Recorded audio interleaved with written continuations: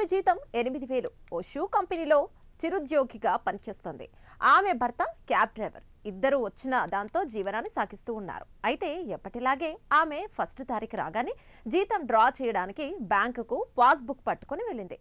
కానీ బ్యాంకు సిబ్బంది ఆమెకు బిగ్ షాక్ ఇచ్చారు. ఆమె అకౌంట్ను ఫ్రీజ్ చేశారు. ముందుగా జీఎస్టీ 13 కోట్లు కట్టాలని నోటీసులను ఇచ్చారు. ఇది విని ఆమె గుండె ఆగినంత పనైంది. 13 కోట్ల జీఎస్టీనా? తనకేం బిజినెస్ లేదని, తనేం ఇండస్ట్రీ రన్ చేయడం లేదని ఆమె బ్యాంకు అధికారులను వేడుకుంది. నెల జీతానికి పనిచేసే తాను ఇంత భారీ మొత్తంలో జీఎస్టీ ఎలా చెల్లించాలని అధికారులను ప్రశ్నించింది. బ్యాంక్ అధికారులు మాత్రం జీఎస్టీ అధికారులను వెళ్లి కలవమని చెప్పి పంపించేశారు. సదరు మహిళ 13 కోట్ల జీఎస్టీ వ్యవహారం పక్కన పెడితే ఇప్పుడు జీతం డబ్బులు ఆగిపోవడంతో నెల ఎలా గడపాలన్న ఆలోచనలో పడింది. ఇంతకీ ఆమె అకౌంట్కి అన్ని కోట్ల జీఎస్టీ బకాయి ఎలా వచ్చింది? అసలేం జరిగింది? కేటుగాల పనేనా? Let's watch. సాధారణంగా ఏదైనా పెద్ద బిజినెస్ ఉంటేనో లేక ఓ లార్జ్ స్కేల్ ఇండస్ట్రీ లాంటిది నడుపుతుంటేనో జీఎస్టీ బకాయిలు నోటీసులు అధికారులు పంపుతుంటారు. కట్టకపోతే బ్యాంక్ అకౌంట్ను ఫ్రీజ్ చేయిస్తారు.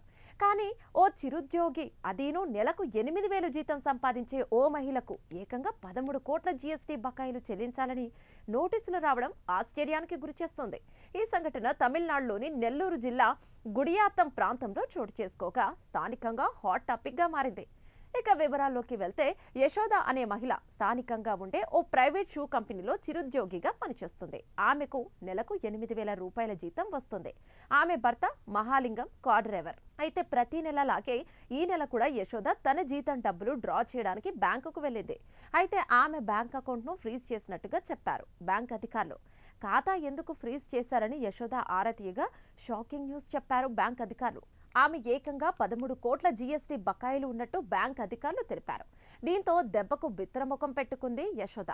తనకు ఎలాంటి బిజినెస్ కానీ ఇండస్ట్రీ కానీ లేదని, తాను కేవలం నెల జీతానికి పనిచేస్తానని, తాను అంత మొత్తం డబ్బులు ఎక్కడి నుంచి తీసుకొని రావాలని బ్యాంక్ అధికారులను ఆమె నిలదీసింది.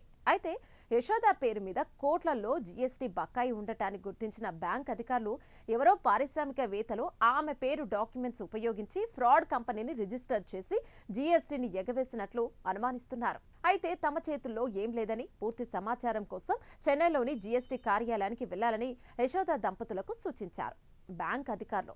ఇక బ్యాంక్ అధికారుల్లో చెప్పడంతో చెన్నై కార్యాలయానికి వెళ్లిన సమస్యకు పరిష్కారం లభించలేదని బాధితురాలు యశోద వాపోయింది. మరోవైపు బ్యాంక్ అకౌంట్ ఫ్రీజ్ కావడంతో నెల జీతం డ్రా చేసుకునేందుకు అవకాశం లేకపోవడంతో తీవ్ర ఆవేదన వ్యక్తం చేస్తున్నారు యశోద దంపతులు.